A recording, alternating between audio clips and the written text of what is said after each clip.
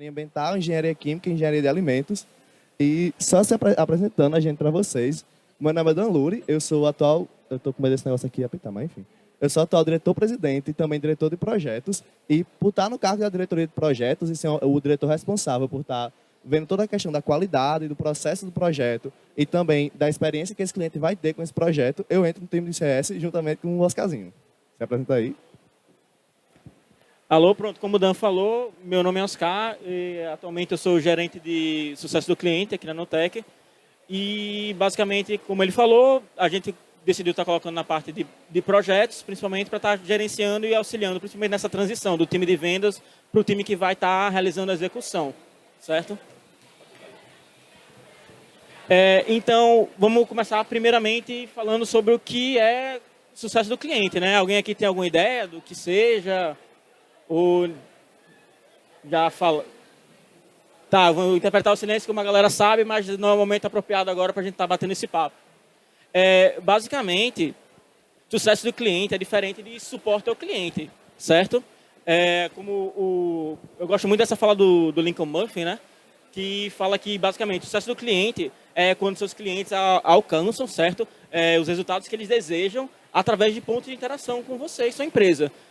Muitas vezes, quando o cliente está comprando um produto, uma solução, ele deseja um resultado específico, sabe? E entregar a ele esse resultado é o que vai gerar satisfação para ele, sabe? Oi. E essa questão também entra no que tange a experiência do cliente com a sua marca. A experiência ela é a resposta cognitiva, afetiva, sensorial e comportamental do consumidor durante todos os estágios do processo de contato e consumo. Ou seja, desde o processo de vendas, a gente entrar na prospecção, até a gente estar chegando ao produto final e as entregas após isso. Então, toda essa experiência do cliente, a jornada que ele faz, é extremamente importante para chegar no que tange as questões de a gente estar tendo receita recorrente e também rentabilidade recorrente de um mesmo cliente. A gente vai estar trazendo dados aqui no futuro, mas tipo, você adquirir um cliente novo é muito mais caro que você utilizar o cliente que você já tem hoje. E é como o Dan está falando, tá utilizando o mesmo cliente para que ele continue comprando soluções de você ou continue utilizando o serviço que você promove, certo? Como está aqui, fidelização é o nome do jogo. Um cliente satisfeito é um possível cliente fidelizado, é um que sempre vai estar com você, sempre vai estar gerando aquela renda. E só falando um pouco como a gente traz isso. A fidelização é um facilitador de resultados. De que forma? As pesquisas hoje de sucesso do cliente indicam que clientes fidelizados geram até 80% da renda de qualquer negócio. Ou seja, 20% você tem que ir atrás, 80% está no seu negócio, e são esses 80% que vão dar a sua maior parte da receita. Acontece muito com os produtos de SaaS, né? Plataforma como serviço, que basicamente é o que a gente assina hoje, Netflix, Amazon Prime. A gente tem esses clientes, a gente é cliente dessas marcas, a gente costuma a recorrer a essas marcas sempre, e quase nunca a gente quer sair dessas marcas, porque a gente tem uma experiência muito boa, a gente vê que é um serviço que vale a pena, os pontos de contato fazem sentido para a gente.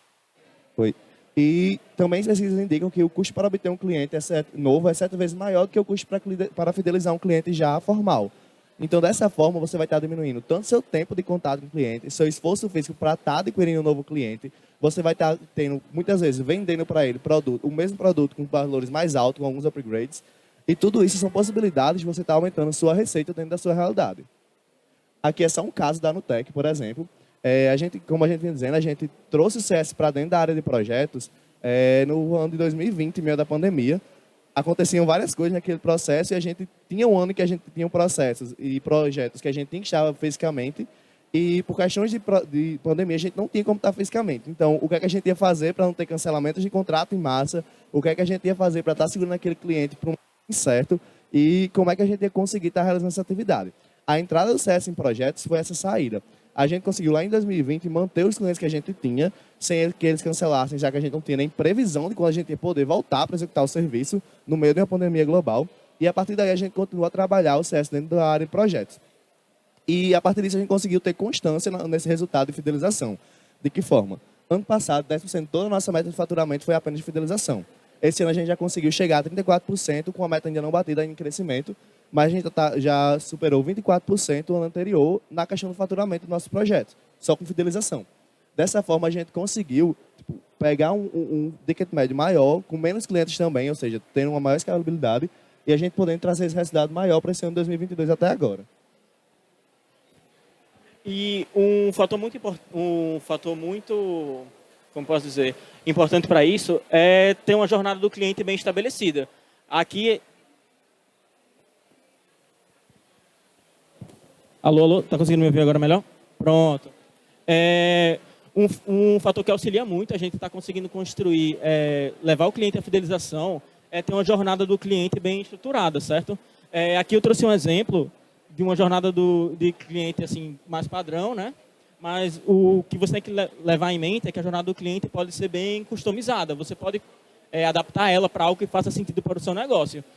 Geralmente ela é estruturada assim, né? A primeira parte do onboarding, onde você vai estar trazendo o cliente, apresentando ele a sua solução, deixando ele acostumado ao que você está gerando para ele, certo? E é nessa parte que você vai estar gerando aquele primeiro valor para ele, que você vai estar mostrando para esse cliente como sua solução realmente é aquilo que ele estava desejando.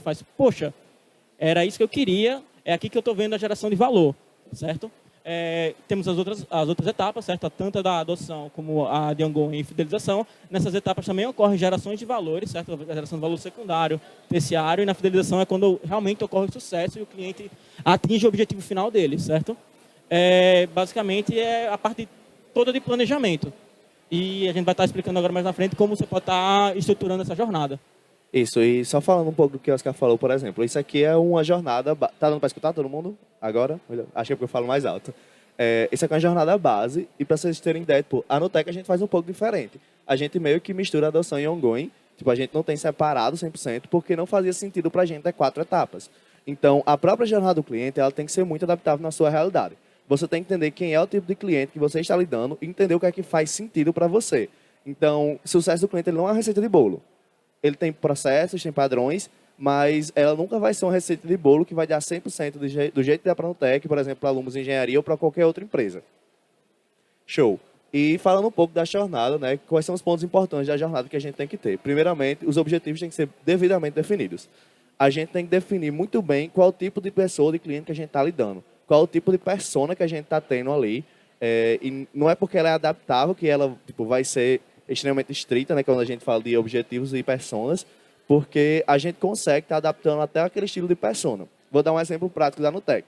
Nós temos clientes que são idosos, né, são mais velhos, por serem donos de restaurante, por exemplo, e dificilmente têm adoções aos meios de comunicação que a gente tem hoje, como celular, internet. Então, a gente muitas vezes tem que fazer pesquisa de sucesso do cliente no local do cliente, e lá sentar com ele e conversar. Não é uma coisa padrão da Nutec? Não. São clientes específicos, porque a gente sabia que esse tipo de pessoa não tinha condições de fazer o que a gente faz sempre, uma reunião no Meet, conversando, entendendo quais são as dores, entendendo quais são os problemas. Então, a partir daí, o sucesso do cliente tem que agir. Muitas vezes o gerente também não vai conseguir sempre estar indo, porque o cliente não vai querer estar falando com o gerente de sucesso do cliente. Então, o time responsável de projeto, muitas vezes, tem que fazer a questão do CS para ele estar entendendo essa realidade. Outro fator interessante são os pontos de contato. Você está mapeando esses pontos de contato, pontos de interação com o seu cliente, certo? Todo ponto de contato vai ser extremamente importante, porque é nesses pontos de contato que o cliente vai estar percebendo melhor a sua marca, vai estar gerando aquela impressão da sua marca. Então, é fundamental você ter isso mapeado de uma maneira bem clara, para que você consiga estar gerando no cliente, passar aquela imagem sempre positiva da sua empresa, para que ele sempre tenha aquela imagem bem estruturada na cabeça dele. Isso se deve a pontos de contato bem mapeados, e a gente vai estar falando mais na frente, principalmente quando falar das partes de obstáculos e ações e motivações. Show. No que tange ações e motivações do cliente, é fazer uma listagem básica dos tipos de ações que ele tomaria em cada situação. Desde as questões potenciais para ele, desde as questões restritivas para aquela situação. De que forma? Qual vai ser a ação que um cliente A vai tomar se tal problema acontecer no projeto? Ele vai fazer isso, isso, isso. Qual vai ser a situação se... Eu estou vendo esse negócio apitar. Qual vai ser a situação que o cliente B vai tomar se o projeto andar muito rápido e a gente conseguir finalizar o projeto antes do tempo? Então, quais são as ações que a gente tem essa listagem de ações e motivações que o cliente vai ter a partir de cada ação do que a gente vai estar desenvolvendo, do que a gente vai estar fazendo. Isso faz com que a gente também consiga meio que metrificar e entender o que está acontecendo. Por exemplo, a gente sabe que se a gente adiantar um projeto, o cliente daquele projeto vai querer logo fazer uma fidelização.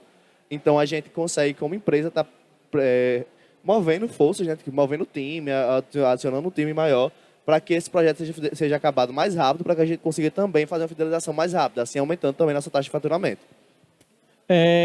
E com essas ações e motivações bem pensadas, bem antecipadas, na verdade, a gente também consegue antecipar os obstáculos e adversidades. Como é isso? É você parar, pensar e refletir quais são os possíveis problemas, quais são os possíveis obstáculos que o seu cliente pode estar vindo a ter e estar antecipando isso. Uma coisa que a gente utiliza muito é um livro de jogadas, que o pessoal chama de playbook, que basicamente a gente fez como simulações de problemas que podem estar acontecendo e como nós podemos estar revertendo isso. E caso aconteça algum desses problemas já mapeados, a gente já vai ter possíveis soluções e está diminuindo muito esse tempo de resposta para ele. Então, essa diminuição do tempo de resposta acaba gerando uma satisfação maior, porque querendo ou não, ele vai esperar menos para estar encontrando aquela solução. Certo? E o que tange também essa questão de obstáculos e adversidade, que ele falou até do playbook, são muitas questões de lições aprendidas. Já houveram outras lições, provavelmente, no seu negócio, que você lidou muito parecida. Então, como foi que você lidou com aquela forma? O que foi que você fez naquela realidade? Se você deixa isso também muito bem guardado na gestão do conhecimento, você consegue estar trazendo aquele resultado de novo. Porque, por exemplo, se acontecer esse problema, está acontecendo um problema que parecido com o que você já resolveu, você sabe que ponto A e ponto B não deu certo. Mas ponto C deu, você não vai testar 2 pontos de novo, você já vai direto e vai acelerar o processo. A gente chega também agora na parte de análise da jornada. Toda jornada, como eu vim dizendo, ela é adaptável. A gente tem as personas de cliente que a gente tem, né, que aparenta ter, que parece ser daquela forma, mas a gente tem que entender muito bem que a jornada ela não é fixa. Porque o cliente ele pode mudar, ele pode ter as perspectivas diferentes, ele pode estar com novos estímulos, ele pode estar com novas realidades, ele pode ter objetivos diferentes no início, no meio do projeto. Isso acontece constantemente. Então, o processo de análise de jornada é sempre estar fazendo interação daquela jornada. Estar entendendo o que está acontecendo ali, visualizar muito bem a jornada, em que ponto da jornada o cliente está, e mais do que isso, entender o que é que a gente pode fazer, tanto para melhorar ou solucionar algum problema que esteja acontecendo. A jornada ela é muito de iteração. Você testa, deu certo, você segue, se não, você faz uma nova, você começa a adaptar essa realidade. Isso entra nessa parte principalmente. Após a análise, você está modificando e está adaptando para você conseguindo aumentar a eficiência e diminuir o tempo de ação entre as coisas. O fundamental é você estar diminuindo esse tempo de ação. Vou estar dando uma geral aqui em como a gente faz na Nutec, em cada etapa. Mais ou menos aqui na etapa de onboarding, a gente faz primeiro uma pesquisa de levantamento de expectativas após a venda, certo? Para estar alinhando com o cliente aquilo que foi acordado durante a venda, junto com o pessoal que vai estar executando o projeto, porque muitas vezes você perde muita informação entre o time de vendas e o time que vai estar executando, para que não ocorra uma expectativa, para que o cliente não tenha uma expectativa diferente daquilo que a gente pode estar entregando para ele e o que o time também possa estar entregando para ele dessa pesquisa, certo? E nessa pesquisa a gente também levanta melhores formas de contato, porque nem todo mundo, por exemplo, quer receber um forms para estar respondendo. Então, você prefere por e-mail, você prefere ligação, você prefere WhatsApp, você prefere que a gente vá aí. Então, a gente colhe todo esse tipo de informação já nesse primeiro ponto de contato, certo? Ocorre também a elaboração do termo de abertura do projeto, um documento oficial com tudo que foi levantado aqui na pesquisa expectativa para estar tudo dentro, tudo acordado e registrado devidamente para que não ocorra qualquer tipo de imprevisto. Show. E a gente chega na parte do ongoing. O que seria a parte do ongoing? Seria ele estar no meio da jornada, a gente já está rolando todo o processo, a gente está rolando todo o projeto. Então, aí é onde a gente definiu bem os pontos de contato e a gente começa a pesquisa de acompanhamento, pesquisa de alinhamento e acompanhamento de expectativa. É a forma de deixar as percepções e prazos de entrega muito claros para o cliente. A gente vai estar acompanhando com ele o que está acontecendo. Tanto o gerente de projeto na nossa realidade vai estar tendo contato com o cliente quanto o CS. Porque muitas vezes é necessário que as expectativas sejam alinhadas. Muitas vezes o gerente ele pode estar entendendo alguma coisa errada no meio do processo. E o gerente de sucesso do cliente ele fica como aquele apoio, aquela pessoa que está ali para também estar com as perspectivas do cliente dentro da Nutec. Então a gente vê que o projeto está indo por um lado, que para a Nutec faz sentido, mas às vezes para o cliente não faz mais sentido porque ele mudou o estímulo. E o gerente está pensando lá no primeiro estímulo. Então é agora que o gerente de sucesso do cliente entra e faz, olha, o cliente mudou o estímulo para esse lado. A gente tem que adaptar o projeto para cá. Certo? E também a parte de controle. A gente faz todo o controle nas nossas plataformas de indicadores, de CSAT e de esforço do cliente. A gente vai estar falando dos indicadores mais para frente. Mas mais que isso, a gente faz todos os controles de indicadores para a gente entender como aquele cliente está se comportando, o que é que a gente está metrificando, quão satisfeito ele está com as entregas, o que é que a gente está conseguindo entregar para ele e de que forma a gente está tendo essa rentabilidade e esse retorno para a gente entender o futuro, certo? E nessa última etapa de fidelização, a gente levanta algumas pesquisas, certo? Para estar colhendo alguns tipos de indicadores. Na nossa última pesquisa, esperado depois o tempo de entrega final, certo, da solução, a gente realiza a pesquisa do NPS, né? O NPS é o Net Promoter Score, que basicamente consiste de perguntas simples para estar sabendo se ele acabaria indicando a gente para algum parceiro comercial, o colega, familiar e coisas do tipo, certo? Nessa pesquisa também, se a gente identificou durante o projeto ou agora no final, se tem algum outro tipo de solução que faz sentido a gente estar entregando para ele, a gente pode estar realizando um cross-sell ou um upsell de soluções para ele, certo? Mais para frente a gente vai trazer alguns exemplos de alguns cross-sells e upsells que a gente realizou esse ano, mas não foram no final, a gente consegue estar avaliando isso no meio da jornada dele, certo? E após um certo tempo de finalização, a gente realiza pesquisas de acompanhamento para ver se realmente aquela solução que a gente entregou a ele impactou ele, certo? E fez sentido para ele. E esse acompanhamento é uma forma da gente estar mantendo aquele cliente em contato com a gente, certo? Tá lembrando sempre da gente que a gente está ali e está mantendo esse relacionamento bem nutrido. Isso, e vale salientar que também nessa pesquisa que a gente faz algumas atividades do próprio pós-venda. Muitas vezes o cliente consegue fazer tudo quando a gente está na consultoria. Mas e depois que a gente entrega? Depois que ele está andando só, será que ele está conseguindo andar tudo? E aí entra também os pontos de pós-venda. A gente vendeu, a gente executou e mesmo assim, depois de tudo, toda a consultoria, o cliente tem suas dificuldades. É aqui que a gente tenta agir. Tenta dar o apoio, tenta dar o suporte na medida do possível do que a consultoria tange. E assim a gente consegue estar sempre deixando aquele cliente satisfeito, mesmo depois de a gente ter finalizado o projeto. Aqui são 2 exemplos de fidelização que já aconteceram esse ano na Nutec. O primeiro foi o da doceria Florame Dulce. Basicamente, o cliente tinha contratado um serviço e ele via a gente via a possibilidade de novo mais, de um serviço maior, mais robusto para ele, tendo visto que o que ele queria era algo muito básico. Na primeira época, a gente conseguiu fechar o contrato e depois do processo andando, a gente disse, olha, mas você tem esse ponto aqui, esse gap.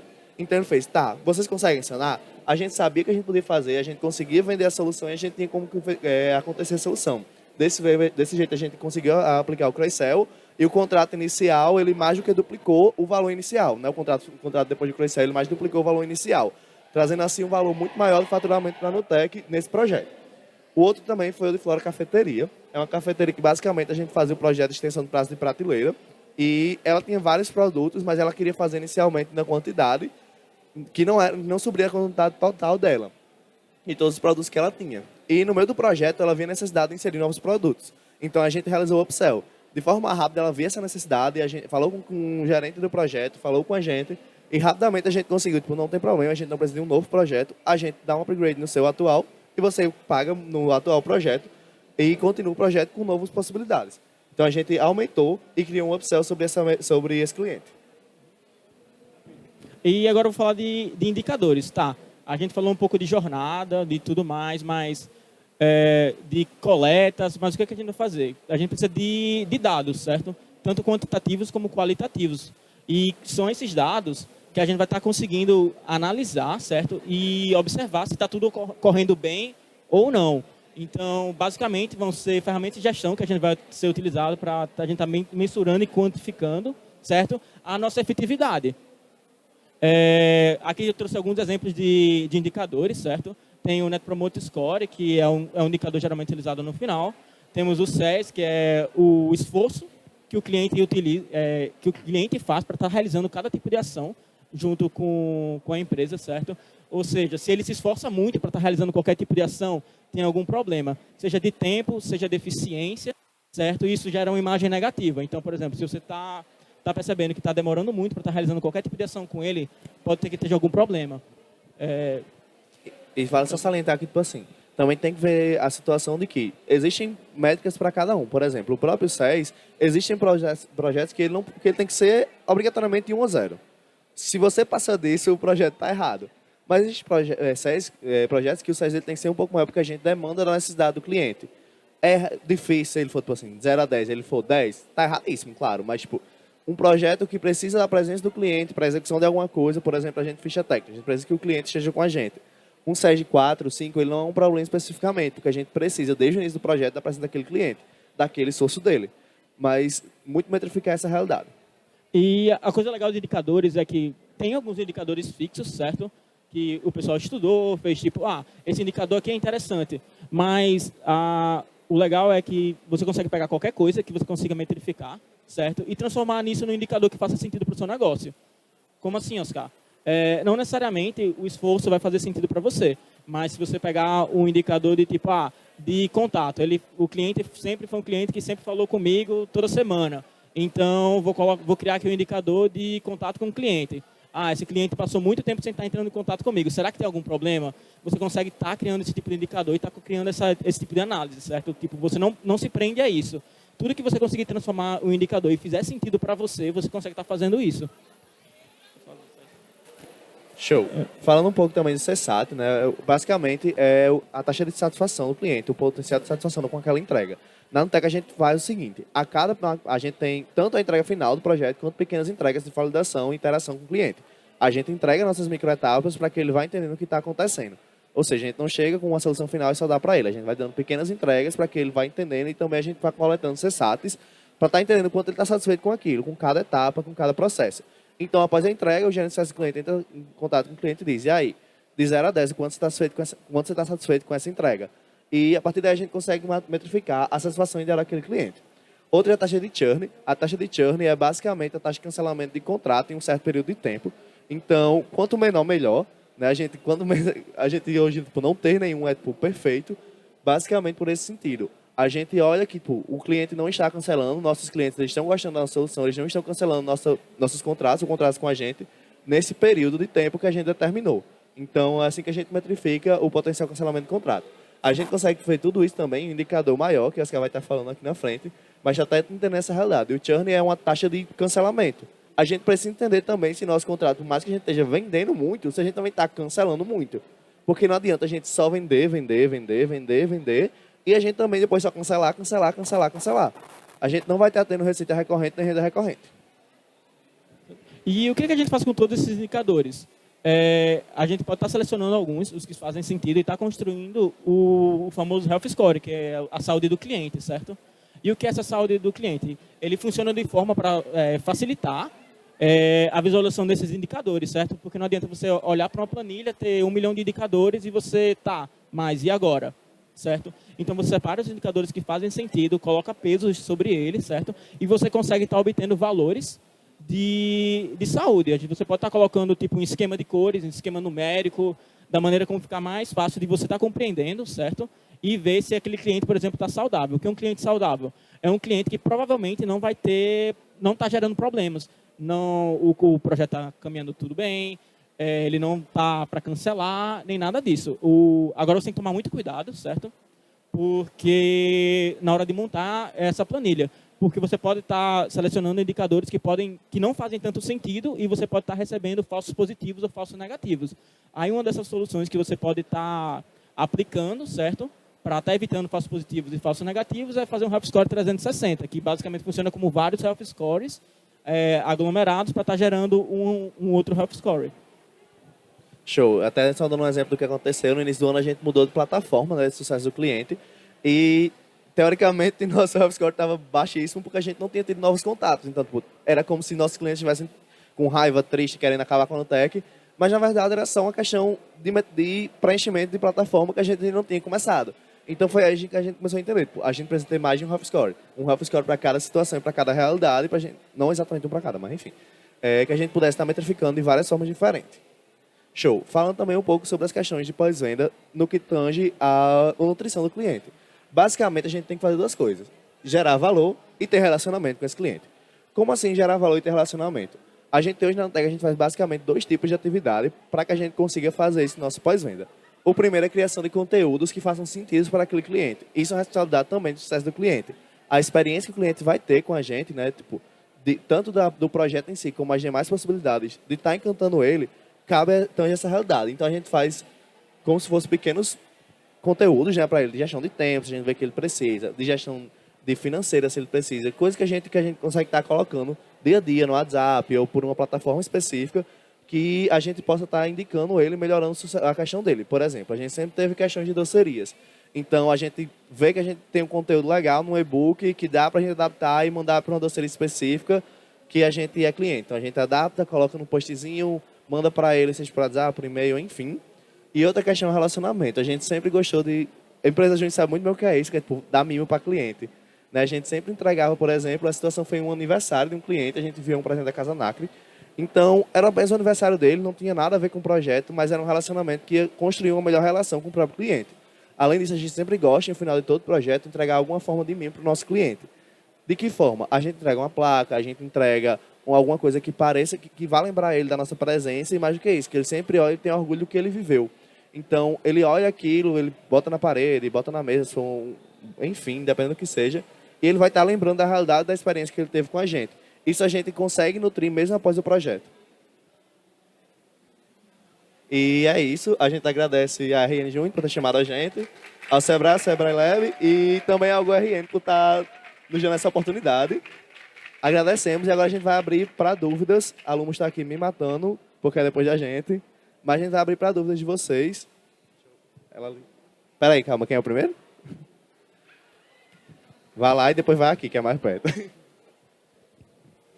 Então, meninos, eu venho do mercado de publicidade e aí a gente sabe que a publicidade ela é feita de várias funções, né? A primeira porta de entrada é o atendimento, que funciona muitas vezes como esse CS, né? Que trabalha com relacionamento com os clientes. Como é que vocês avaliam a importância do sucesso do cliente para as outras funções de agência? Por exemplo, como é que outras funções dentro da empresa se beneficiam pelo trabalho que está sendo feito pelo CS? Por exemplo, como alguém de operacional consegue se beneficiar com aquela informação ou com aquele sentimento que o cliente trouxe? Como é que meu diretor de arte lá dentro da agência vai saber como é que ele vai direcionar a arte ou não mediante a informação que vocês trouxeram? Como é que vocês veem essa integração do sucesso do cliente como um objetivo de todas as pessoas da empresa?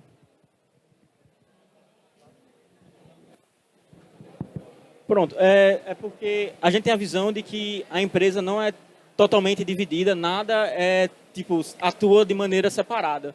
Então, toda informação é válida, todo ponto de contato do cliente é válido. Desde que ele, por exemplo, está andando na rua e vê um outdoor com sua marca, ali é um ponto de contato, ali é um ponto de interação, e ali ele está gerando uma opinião sobre a sua marca, certo? Como você vai estar integrando isso, vai estar variando muito do tipo como sua empresa faz um negócio, mas questão de, por exemplo, de feedbacks, acho que está distribuindo o feedback recebido de, por exemplo, uma boa entrega para um cliente. Por exemplo, o cliente gostou muito, ele elogiou o pessoal, está levando isso para o pessoal operacional, que está executando, e isso agrega valor, isso gera motivação para o próprio time, certo? Você, por exemplo, está atuando numa campanha, certo? E acaba recebendo um tipo de feedback que a campanha está, por exemplo, dando certo. Quais foram os pontos que fizeram essa campanha dar certo? Você tem esse tipo de indicador, esse tipo de noção, e pode estar, por exemplo, gerando para um diretor de arte, já está planejando outro tipo de campanha já nesse estilo, pegando esses pontos que deram certo. Então, é muito questão de pegar aquilo que está dando certo, está continuando e evoluindo, e pegar aquilo que, por exemplo, está dando errado e está tendo a capacidade de analisar e ver, por que isso aqui está dando errado? Esse ponto aqui o pessoal está reclamando, o que a gente pode estar fazendo para melhorar? Eu acho que é muito essa parte de integração, de trazer essa comunicação da parte que cuida do relacionamento com o cliente, da experiência com o cliente, com o resto do pessoal, para que não fique uma coisa muito separada e acaba perdendo muito da essência do que para que serve. Isso, e vale salientar também que o próprio sucesso ele vai estar conseguindo, às vezes, escutar coisas que o próprio time não está ouvindo. É uma realidade dando tech, às vezes. O cliente se sente muito mais amigo, alguma coisa do tipo do sucesso do cliente. Então, tanto os feedbacks que a gente vai estar recebendo e repassando, vendo como repassar, como também as coisas que às vezes ele acha que, tá só normal. Então, como é que a gente consegue dar o extraordinário? Imagine que você que o relacionamento, né, da sua agência chega e diz, o cliente disse está normal, vamos dar agora o extraordinário. Então, o que é que vocês vão conseguir dar a mais? Vão ter um gás, vão ter um caminho também vocês estarem seguindo dessa forma. Show? Gente, boa noite. Primeiro, parabenizar para vocês pela palestra, achei bem legal, eu sou da área também, né? E eu queria fazer uma pergunta. Com relação à produção de conteúdo, vocês acham que para manter um relacionamento com o cliente, ela tem que ser um conteúdo mais pontual, de acordo com a interação do cliente com a marca, ou ela tem que ser contínua, constante? Show. Para a gente define muito de acordo com cada cliente. Então, hoje, basicamente, os clientes da gente, quase nenhum gosta de receber esse tipo de coisa, sendo bem sincero. Então, não adianta a gente estar produzindo muito. A gente produz uma coisa, outra, manda. Então, a produção de conteúdo ela tem que ser de acordo com a realidade do cliente. Se o cliente ele for um cliente que ele está disposto a estar recebendo aquilo, boy, faz muito. Faz para ele, faz algo que faça sentido, entrega esse valor. Mas se ele vai apenas, sei lá, receber no WhatsApp, abrir e sair, se aquilo não fazer diferença para ele, na primeira parte da jornada você viu que aquilo não faz a diferença para ele, não adianta você investir seu tempo e gastar seu tempo nessa realidade, sabe? Porque basicamente você vai estar gastando tempo que você poderia estar investindo em outro espaço. Show. Olá, boa tarde. Eu acho que completando um pouco da opinião do rapaz ali, a gente faz na nossa startup cases de sucesso com lives. Parece meio brega falar live, né? Mas as pessoas gostam ainda de live no Instagram. Então a gente sempre faz lives e faz recortes dessas lives de outros clientes e manda como conteúdo criativo para eles e incentiva eles verem, porque eles querem saber como outras empresas trabalham. Então quando eles veem que as empresas que são concorrentes dele usam, é uma forma de eles se engajarem no conteúdo, né? E daí eu queria comentar também dela, bem enxerida, né? Mas sobre a questão dela, que como que a gente integra toda a equipe do Customer Success. A gente diariamente faz muito endomarketing. E aí, mensalmente, todo mundo se reúne para ver uma palestra, um curso. E daí todo mundo fica... A nossa empresa é home office, né? Então todo mundo fica on ali no Discord e vendo o que funciona, e depois bate papo. Então é uma forma de você engajar também a equipe no Customer Success.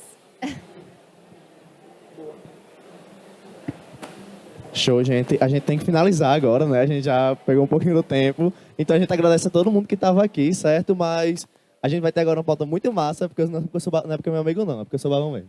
Enfim, com o pessoal da Alunos de Engenharia, tá bom? Obrigado.